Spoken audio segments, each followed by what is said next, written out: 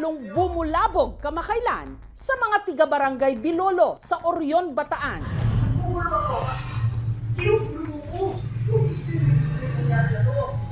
Sinungaling mo? Si lalaki, nagpupuyos sa galit. Ayaw na raw kasi siyang balikan ng nakipaghiwalay niyang misis. Ay, ayoko na nga! Bakit ba hindi mo maintindihan?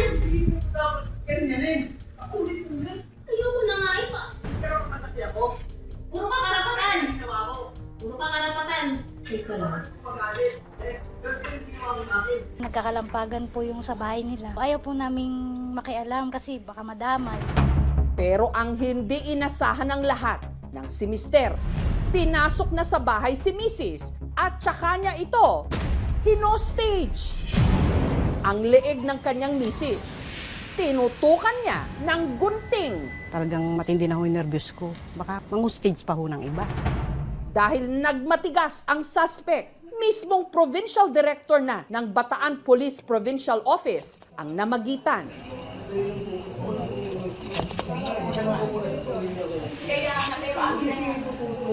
Huwag matigas ang ulo sa Parang nasakluban ng langit. Kala ko katapusan na namin. Gaano ba kalapit ang pagitan ng pagmamahal at karahasan?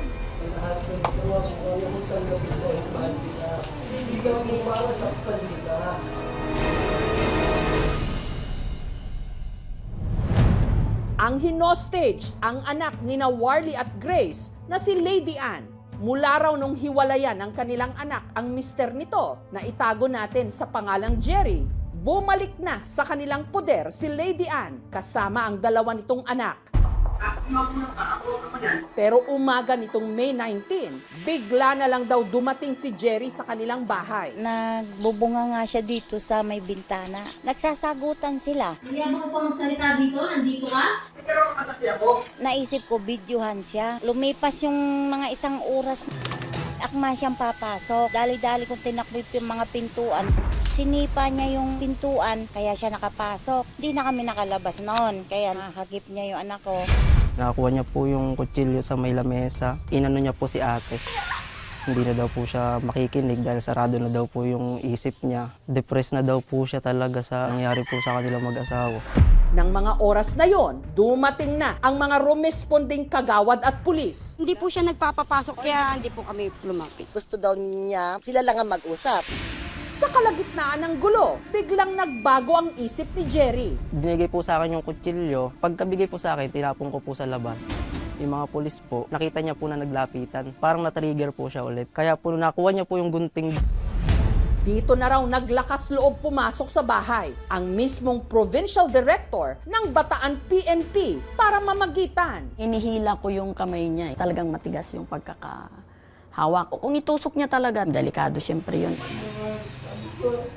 akin lang to, mag-usap tayo tatlo.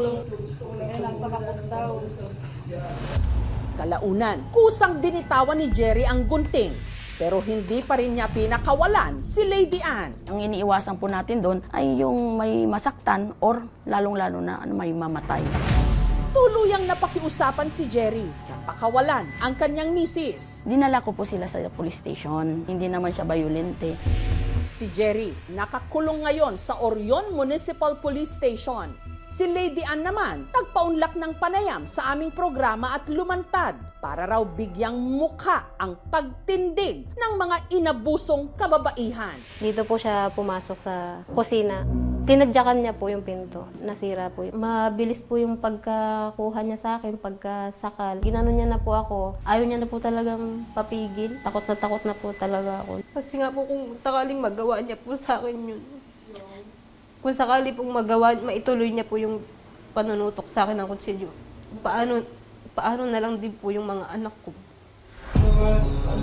Sinasabi niya po, mahal na mahal niya po ako. Nahalik-halikan niya po yung ulo ko. Gusto kong magbalikan tayo. Sinabi ko na po na ayoko na po talagang makisama. Hindi ko po kayang ibigay.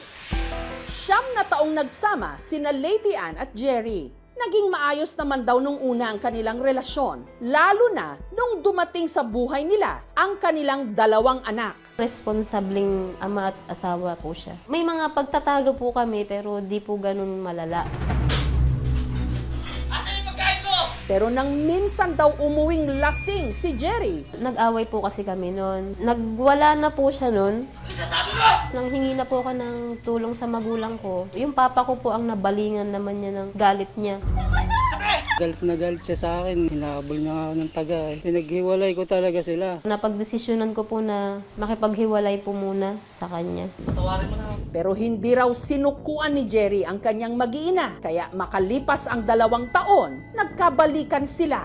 Tinanggap ko po ulit siya na blinded na po sa pag-ibig. Para din po sa anak namin. Tumira po kami sa poder po ng nanay niya. Doon na po parang nag-iiba na po yung ugali niya. Mas lumalala po. Naging seloso na rin daw ito. Kinita mo yung lalaki mo? Umihi lang po ako sa labas. Pinag-isipan niya na po ako na may kinatagpo. Hanggang umabot sa puntong sinaktan na ni Jerry si Lady Ann.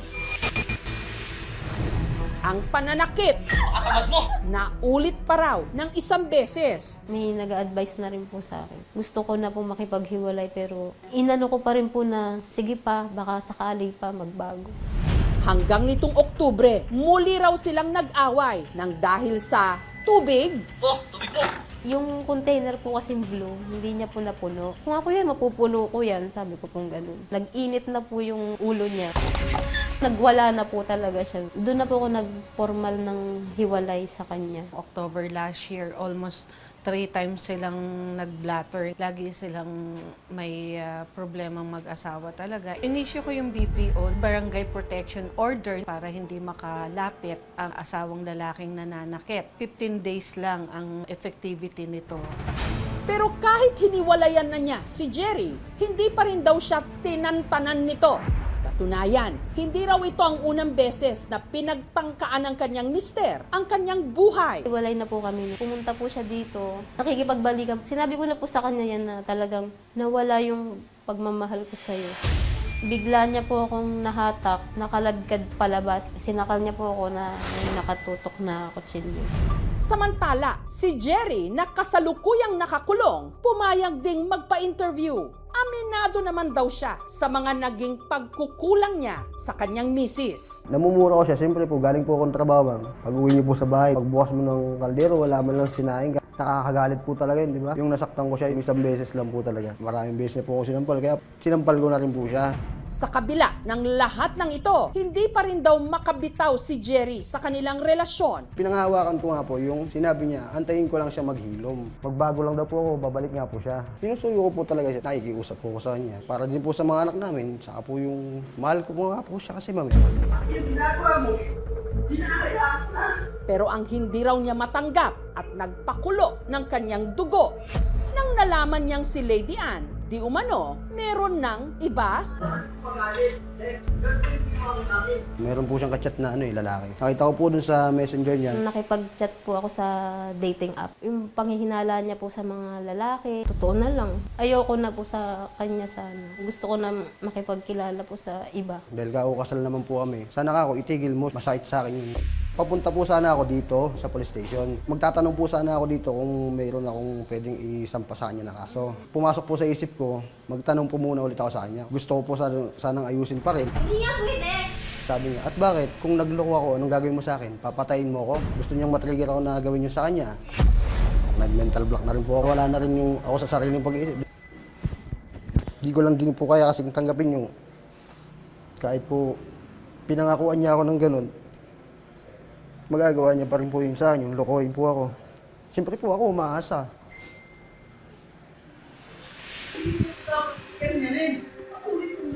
Ayon sa Revised Penal Code Article 333, maaaring makasuhan ng adultery ang isang babaeng may asawa kapag siya ay nagkaroon ng sexual na relasyon sa isang lalaki na hindi niya asawa. Hindi sapat ang selos, ang duda, text, mga lambingan o mga pag-uusap sa cellphone. Maaaring magagamit siya na circumstantial evidence, pero ang direct evidence talaga na makakapagpatunay ay yung mahuli sila sa isang compromising situation.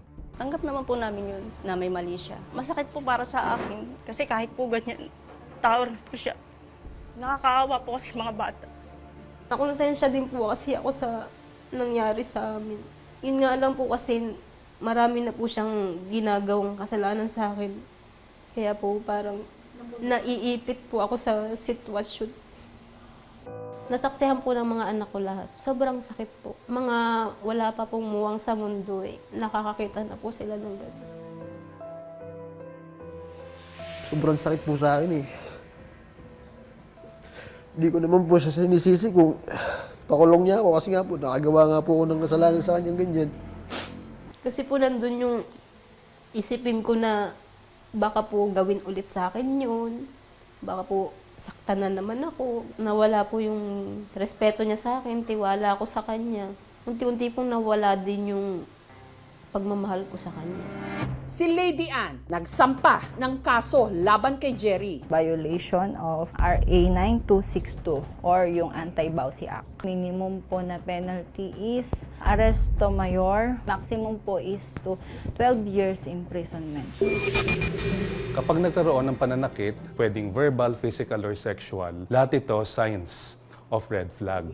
Akala natin normal. Hindi natin pwedeng i-normalize o i-rationalize ang ganitong klase ng mga behavior, regardless of gender. Lalong-lalo na ang mga babae kasi ang mga kababaihan natin considered to be highly vulnerable to physical violence and gender-based violence. Magkaroon ng lakas ng loob para sabihin tama na at mag-set ng healthy boundary. Hindi natin masasabing pagmamahal pag may abuse na. Mahalaga ang pagbasag sa katahimikan laban sa abuso. Hindi porket asawa ay tatratuhin mo na bilang object o pagmamay-ari. Bawat isa ay may karapatan sa isang ligtas, may respeto, malusog at masaya na relasyon. Wala po akong balak iurong yung kaso. Para na rin pong maging aral po sa kanya. Wala na po akong balak makipagbalikan po sa kanya. Yung ginagawa mo, hinahayaan na. Sa pag-ibig, minsan sarili mo ang kailangang isalba. Ayoko na nga! Bakit ba hindi mo maintindihan? Dahil hindi lahat ng binibitawang mahal kita, ligtas pakinggan. Lahat ng ginawa ko, ayaw kong tanggapin dahil mahal kita. Hindi lang mo para saktan kita.